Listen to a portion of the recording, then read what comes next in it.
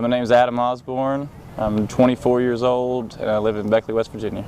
Name's Brian Ray, 26, and just live in Charleston, West Virginia. My name is Nick Holston. I'm 21 years old and I live in Morgantown, West Virginia. My name is Ryan Ingram. I am 26 years old and my current location is Coonskin, Charleston, West Virginia. That's located in Kanawha County. Zach Sparks, I'm 20, South Charleston, West Virginia. My name is Matt Jenkins and I'm old enough to be creepy and I live up in Ripley. My name's Travis Stutler. I'm 26 years old. I live in beautiful Cannonsburg, Kentucky. My name is Ben Barkey. I'm 47 years old and I live in Winfield, West Virginia. Capen Snyder, 24, from Morgantown, West Virginia, and current location is skate park. My name is Jeff Haynes and I'm 42 years old. I'm from Dunbar, West Virginia, and I currently reside here in the capital city of Charleston, West Virginia. Okay. Don Pendleton, I'm 43 and I live in Dayton, Ohio. Blair Burns, I'm 30, from Huntington, West Virginia. Skateboarding, it plays a big part in lives. It has in mine. There's never been a better time to be a skateboarder, and a lot of it to me has to do with the fact that of being online. Oh yeah, hella clips on Instagram, the barracks on Instagram. I follow pretty much every skateboard photographer there is, known to man, some that aren't known. Probably a lot of Thrasher feeds is where I see any kind of new material or anything. I've actually pretty much given up on skateboarding. I just do it because I enjoy it and really don't have much time to do it. And when I do have time to look for skateboarding gear, I'm always on Reddit reading. So I used to be a big Facebooker because that's what old people do. And now I do Instagram, which is what old people are transitioning into. Especially in a place like West Virginia where the skateboard community's small, the area's rural, and so it's hard to hear what other people are doing, and social media has been a real great outlet to find new good spots and find out when and where people are getting together to skate. I think it's rad, man. Fucking, I sit there and lurk the internet all the time. I hate people that are like addicted to Facebook. You know what I mean? That, like when you're hanging out with your homie and you can't stay off your fucking phone. The main advantage is the fact that people can connect, and so I would have to go to Charleston and sometimes I'd find people to skate with, sometimes not. Or Huntington, you just didn't know. You go to the spot and see if there was anybody there. Now you can organize people and get in touch with them and connect with them a lot easier. And the opportunities to get out and meet people and skate are just expanded so much with social media. I mean, you know, you can imagine you had the telephone and that was it. You called if they were already gone. Hey, you missed them. A lot of times nobody knew where they went. Social media, they put posts before they go, they post pictures when they're there, and they post pictures after they get back, and you kind of can live through the whole experience even if you didn't make it. I think it's really been great. Sometimes it's like, we used to write zines about little skateboard magazines, and we would photocopy them to talk about places we go and things we do skateboarding. But now you can do all that instantaneously on social media. So there's more exposure to skateboarding.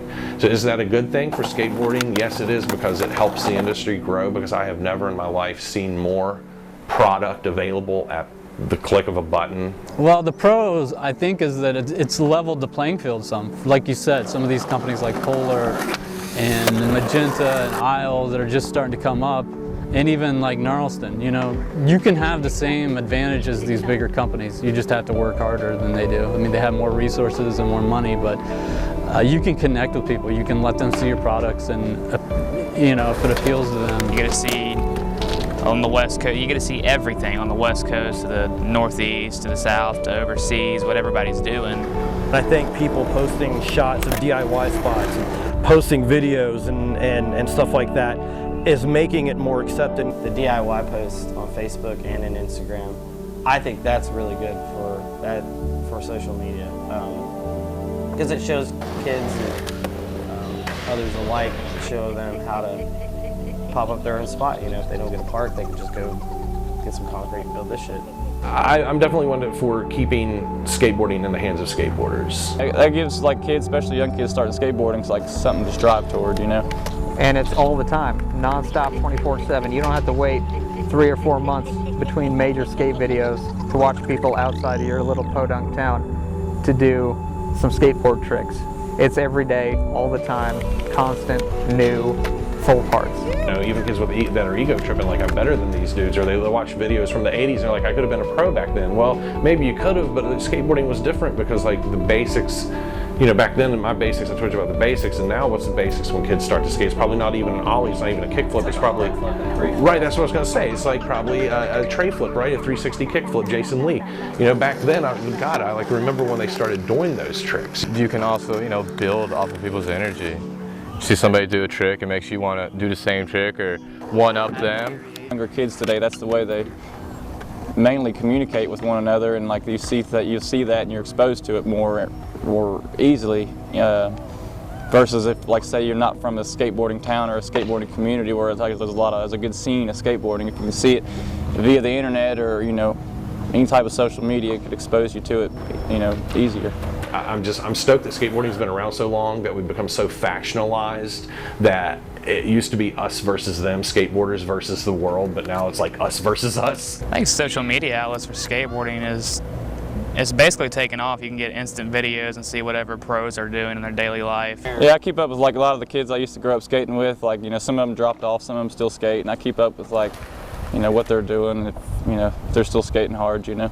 For me personally, it's almost like a necessary evil. I have to be on there because if I don't have visibility, then people don't hire me. And if it's not necessarily for, like, fans or quote-unquote fans, it's just so I can be visible and people can see what I'm working on. You see people in the middle of Pakistan who are skating a little concrete piece of sidewalk that they put on some dirt as a manual pad. It's making it legitimized, and it's like, hey, look what I did, this is cool, this is awesome, I can do it, I did it, check it out, watch this. You'd see a picture in a magazine of a guy doing a layback grind, and we'd go out, and we didn't have a pool to go try a layback grind in, so you go to a curb and you try to do a Burt slide into a grind, you emulate what you saw in the photograph, you know what I mean? And so it was like, it was very, you know, it was primitive, because you'd see this stuff and you're going, how did this cat get into this contorted position and you know, to where he's at, and it just blew your mind. And even to see it on video, it's still mind-blowing. Social media has influenced my filmmaking and my photography taking and the way I look at things a lot, because instead of waiting, you know, like a couple of months for it to come out in a magazine, or you know, like you said, like a few years for a video part, I can see it right now and be like, you know what, that looks really cool. I want to do that and see if I can recreate that, and then how can I change it to make it my own, and how can I push those limits. 5 years ago, you were waiting, you know, for every video to come out before you saw rad skateboarding. Now you have kids who you've never heard of, might never hear of again, doing tricks that are blowing your mind every day. That's the thing, there's so much shit going on, like, my brain is rattled with as much content as it can handle. It seems like every time you look at a different video, especially at the time I started skating, like, to see where it's came from, you know, like the different things, it's good to see how it's progressing that quickly, you know. You know the deal, the factionalization of skateboarding. There's different subsets of things, okay? You have the perfection of street league, landing bolts, almost Olympic perfection, to just the squirrel tail, rat tail hairdo, crud flap, layback hand drag style of Nolan Johnson. Even the barracks, with their limited social media aspects, really accelerates any form of divergent micro skate cultures. You're talking about people who do super weird stuff and they're doing hippie flips over everything, and then you got people doing bigger rails and crazier stuff, and then you got these ultra tech guys that you see everywhere, and then you got the street league competition style skaters and park skaters and all that. Everything is just hyper amplified. All these clips that, like I said, 10 years ago would have been enders in videos, are just people are watching them for a day, telling their friends about it, and then 2 weeks later they can't even remember the name of the kid who posted it. Everyone's a photojournalist now with a camera on your phone. It's very easy to get too much footage. And with social media, it's like a pressure release valve, and you can put out more and more material without overloading yourself on a on a singular video edit. Everything dies out. There's always new stuff. It's hard to keep up and change. It was considered style if your trucks were loose as shit and you landed and you squirreled out and maybe you compress your knees and God forbid you drag your hand on the ground, because now it's like, oh, you're picking up the change. You know, people kind of hate on those types of things that used to be considered style. Skateboarding means to me subjective artistic expression. Skateboarding's probably been, you know, one of the most important things in my life. It's always been my favorite thing to do. It's always been my favorite pastime and hobby. I've competed in it on and off through the years in different formats. Some of the people I've met through skateboarding have always been great, and I still use those contacts today for things in and out of skateboarding. So skateboarding's just always been a very big part of my life. I think it always will be. For me, skateboarding is an escape. As I said earlier, you know, I don't have to have my boss tell me what to do, when to do it, how to do it. I can just go off and do what I want, because I have an opinion, I have stuff that I like, and I can do it. I skate and I enjoy being able to film and doing all that. It's setting personal goals, achieving them, and not being in competition for cash or gold, guns, or any recognition. I mean, I think I owe a lot to skateboarding. Without skateboarding, I can't imagine how much different my life would be. It would be completely different. It's made a bunch of good friends for me, and that's what I'm more stoked out of anything. I mean, I'm not going to remember those tricks that I did when I was 16. You know, whether they're on film or there's a photo of it, what I'm going to remember are like the trips we took and who was there and all the friends that came with. Oh man, it's definitely the last thing I'm thinking about when I'm going to sleep. You know, I've got a 12-year-old son, my son's doing it. It's something that he and I can do together, and a very, very few people can do it. I mean, I wouldn't be who I am without skateboarding. And I don't mean that on a professional level, I mean as a personal level. It's shaped the way I look at the world and the places that I've traveled and the people I've met, and everybody has been attached through skateboarding. That's the common thread. It means everything, you know, like, you know, if there ain't nothing to do, there's always skateboarding. Even if you're by yourself, it's a good release, you know, like, it's always fun. It's never a boring time, you know, like, sometimes people can get old with it by trying to be the best, do the trick, never been done, you know, but if you just come out and do what you feel like doing, it's easier, you know, and it's a good release. It's always going to be providing my lifestyle, my exercise. Freedom.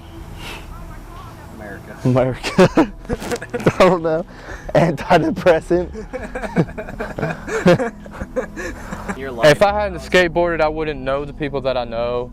I wouldn't have interactions with just random people that I normally would and just talk about a common interest other than the weather, politics, religion. If I get to go out and I get to ride one of these boards and I go to the park and I can like get my trucks to like hit the coping and just hear that sound, or I can go down here to the curb spot and do a grind or a tail slide, you know, I'm stoked, man.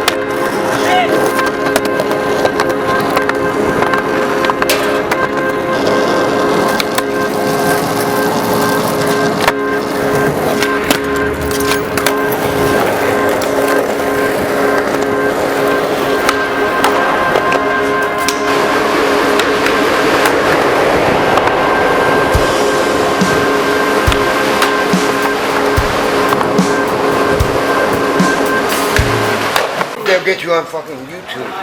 You know how many hits we're gonna get off of YouTube? Oh, Raven, I don't want to be on no damn TV. You're not on TV, you're on the internet. And don't show no titties. What you playing? Alright. Come on, please. No. Oh, honey, please. No. Oh, please, honey. I'll tell you what, I wouldn't even buy a beer today. Just so you can do it. I'm gonna go buy me a beer.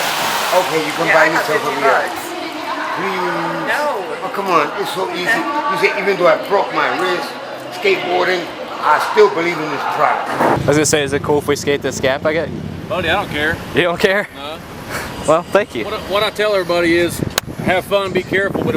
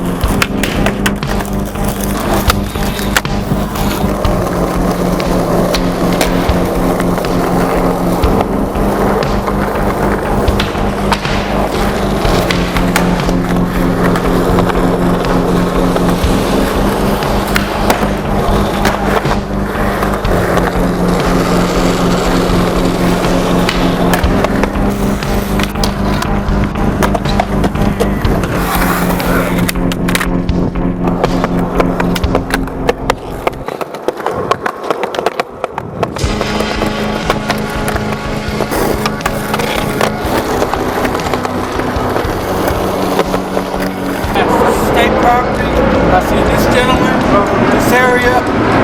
Y'all are on cameras. If I had to, I will call the police. Oh my God.